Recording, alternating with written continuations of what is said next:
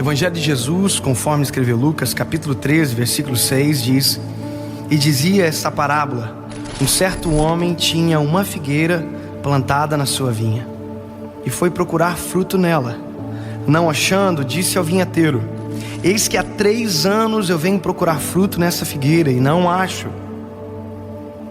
Corta, por que ela ainda ocupa a terra inutilmente? E respondendo ele, disse-lhe: Senhor, deixa este ano até que eu escave e a esterque, e se der fruto, ficará, e se não, manda cortar. Eu me lembro que quando eu era mais menino, algumas palavras que eu recebi na minha infância sobre aquilo que eu estou vivendo hoje, eu pensava que para aquilo que eu ouvi, eu tinha nascido na casa errada, eu tinha nascido no lar errado. A gente tem a impressão de que algumas coisas, para darem certo, precisam de uma indicação grandiosa, que precisam de um sobrenome. Aliás, até hoje comigo acontece muito. Dependendo do lugar aonde a gente vai, as pessoas perguntam: David Leonardo do quê? Eu digo: Martins. E ele diz: e quem é a família Martins? Porque as pessoas pensam que para tudo precisa ter um sobrenome forte atrás, uma história muito grande, alguém que corrobore aquilo que você está vivendo. Essa sensação de que nasceu no lugar errado para viver algo certo é rotineiro na cabeça de muita gente. Eu brinco dizendo que, se fosse escolher, eu queria ter nascido na casa do Silvio Santos. Já pensou que legal? Você acordar de manhã, mas vem pra cá, tomar um cafezinho com o pai. O que é que você quer hoje? R$1 milhão. Já pensou que legal? Mas não foi o que aconteceu. Eu sou de uma família normal, uma casa normal, uma história normal, de mais tantas outras histórias. Só que isso de pensar que nasceu no lugar errado para viver algo certo é a desculpa de muita gente para não frutificar naquilo que recebeu do Senhor. Quando eu leio essa parábola, eu consigo entender algo além daquilo que é a vertente teológica do ministério de Jesus durante 3 anos e todas as coisas que ele fez e não foi reconhecido dentro da sua casa. A Bíblia conta que tem uma figueira plantada dentro de uma vinha, ou seja, é uma árvore estranha no meio de todas as árvores certas, para o lugar certo. Porque não é uma plantação de figueira, é uma plantação de vinha, e no meio da vinha tem uma figueira plantada. E aí, quando eu fui estudar para entender melhor, eu coloquei no Google para como plantar uma figueira. Eu descobri que para plantar uma figueira você planta em qualquer lugar. Se você plantar uma figueira em qualquer lugar, ela vai nascer. Uma figueira não precisa de temperatura ideal, não precisa de solo ideal, vento ideal, ela nasce em qualquer lugar. Agora, uma vinha já é outra história. Para uma vinha ser plantado, ou uma videira, porque vinha é o complexo de videiras, você precisa de um solo perfeitamente controlado. A temperatura tem que ser perfeita, o vento tem que ser perfeito, porque ela é uma árvore extremamente sensível. Aí eu vejo uma plantação onde o solo foi perfeitamente trabalhado, a temperatura foi perfeitamente trabalhada, tudo extremamente correto para uma árvore que não precisa de tantos cuidados. E aí eu fiquei paralisado, porque eu queria entender. Uma vez eu estava no nordeste do Brasil, numa cidade onde todo o cultivo daquela cidade é cana-de-açúcar. E em todo lugar naquela cidade onde a gente passava tinha cana-de-açúcar plantada. Eu me lembro que nós estávamos numa rodovia indo de uma cidade para outra, e não havia acostamento, porque o acostamento tinha sido tomado pelo canavial. E eu disse para o pastor que me levava: pastor, isso é normal? Ele disse: é porque quem planta cana-de-açúcar não perde espaço de terra. Aonde tem terra tem uma cana plantada. Aí eu fico pensando, se alguém tem uma vinha, porque vive da vinha, então por que coloca algo dentro da vinha que não é para dar lucro? Durante muito tempo eu fiquei pensando exatamente isso.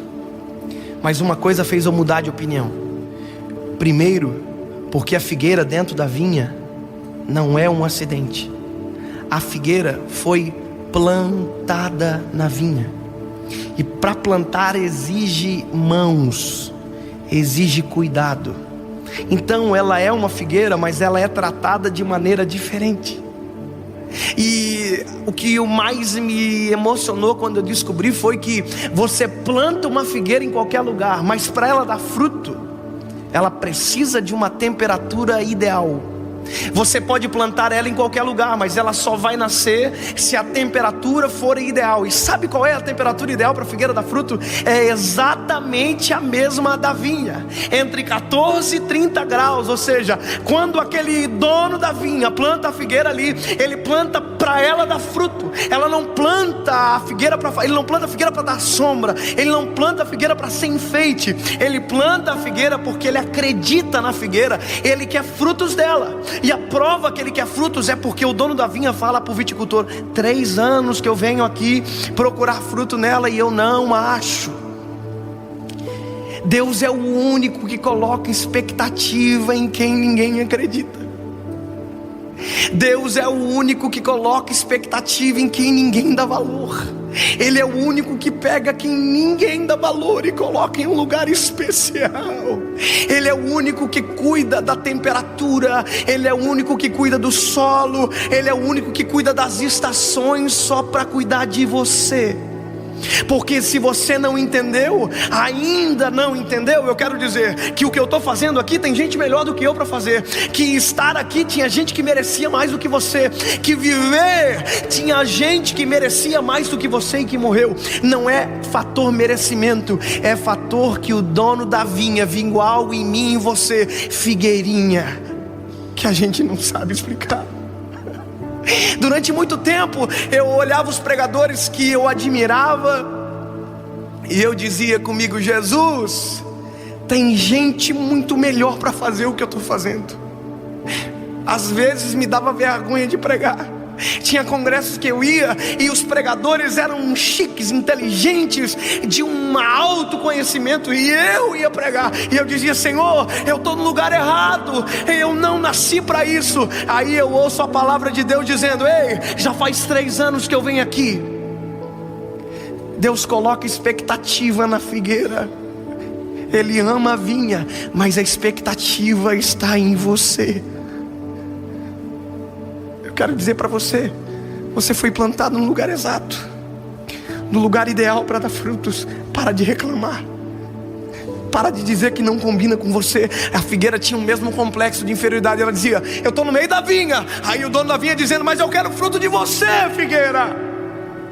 Senhor, mas olha a minha volta, tem gente melhor do que eu. Aí o dono da vinha disse: mas eu plantei você aqui. Você está no lugar ideal, o solo é perfeito, o vento é perfeito, a temperatura é ideal, é para você dar fruto. Aí o dono da vinha disse: sabe de uma coisa? Me cansei. Faz 3 anos que eu venho aqui. Corta a figueira. Aí tem alguém que chega na história dizendo: dá mais uma chance.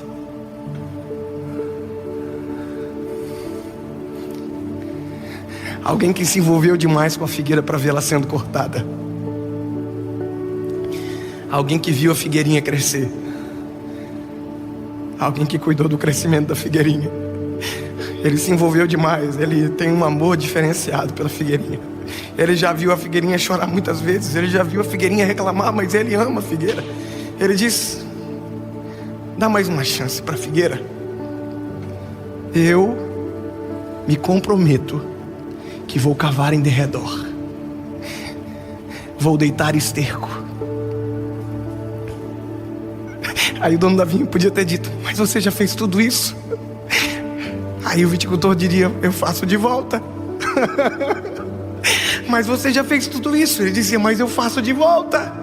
Aí o dono da vinha dizia: mas eu que sou o dono. Ele diz: mas você deixou eu cuidando, então eu faço de volta.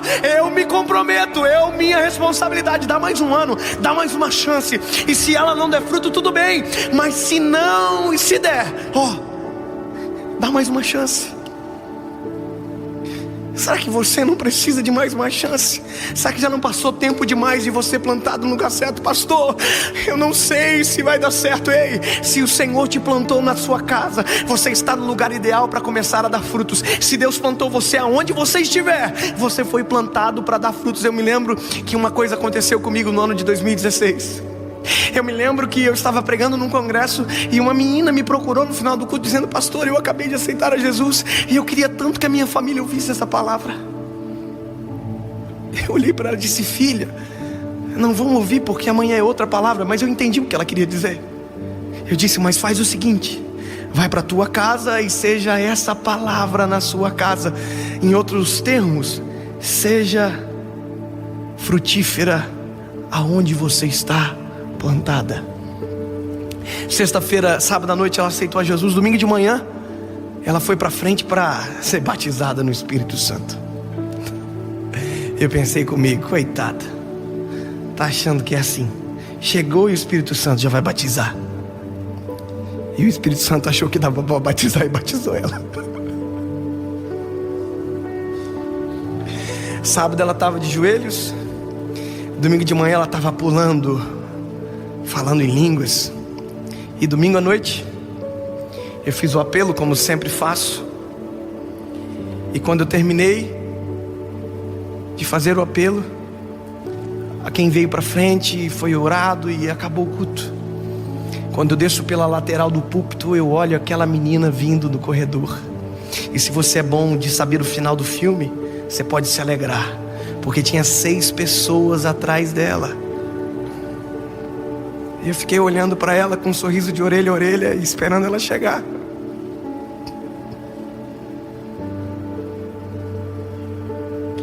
Ela era uma adolescente. E quando ela chegou, eu disse: oi, filha. Ela disse: paz do Senhor, pastor. Falei: oxe. Falei: quem são? Ela disse: minha família.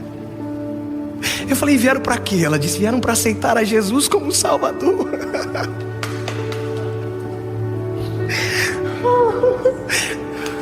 Aí eu disse para ela: filha, então eu vou orar. Pode ajoelhar todo mundo. Todo mundo ajoelhou, menos ela.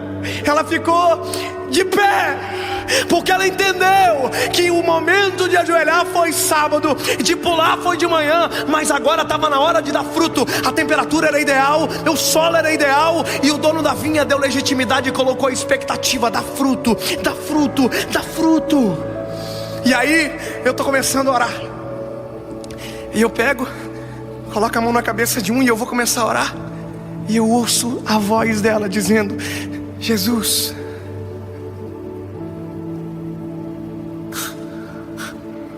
perdoa os pecados e escreve uma nova história. Eu já não conseguia mais orar porque eu já estava somente ouvindo a voz dela. Ela entendeu que tem figueirinha que demora a vida inteira para entender. Ela entendeu o que tem gente que leva décadas para entender. O primeiro campo missionário é a sua casa. O primeiro campo missionário é a sua escola. É onde você foi plantado.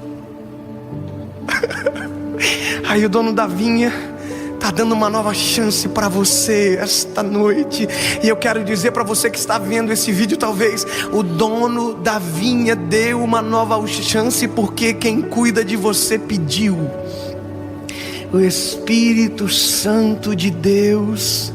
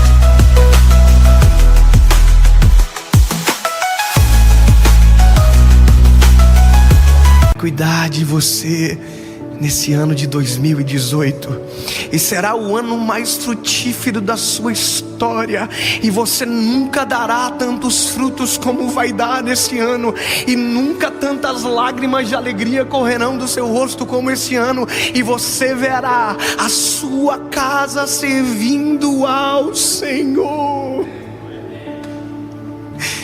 Porque o dono da vinha não pode se decepcionar com a gente figueirinha. Tinha gente melhor para ele escolher, mas ele escolheu eu e você. Aleluia.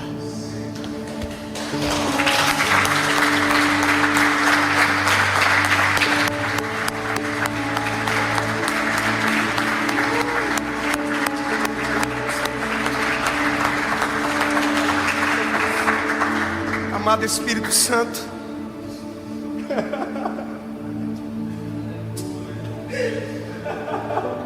tinha gente melhor para fazer isso que eu acabei de fazer. Tinha gente que merecia mais estar aqui, Senhor. Tinha gente que merecia mais estar vivo e ter a oportunidade de fazer algo para o Senhor. Mas o Senhor olhou para a vinha e colocou no meio dela uma figueirinha, Senhor. O Senhor olhou para nós e viu algo que ninguém viu e que talvez ninguém entende, porque é isso que o Senhor faz. O Senhor pega o que não é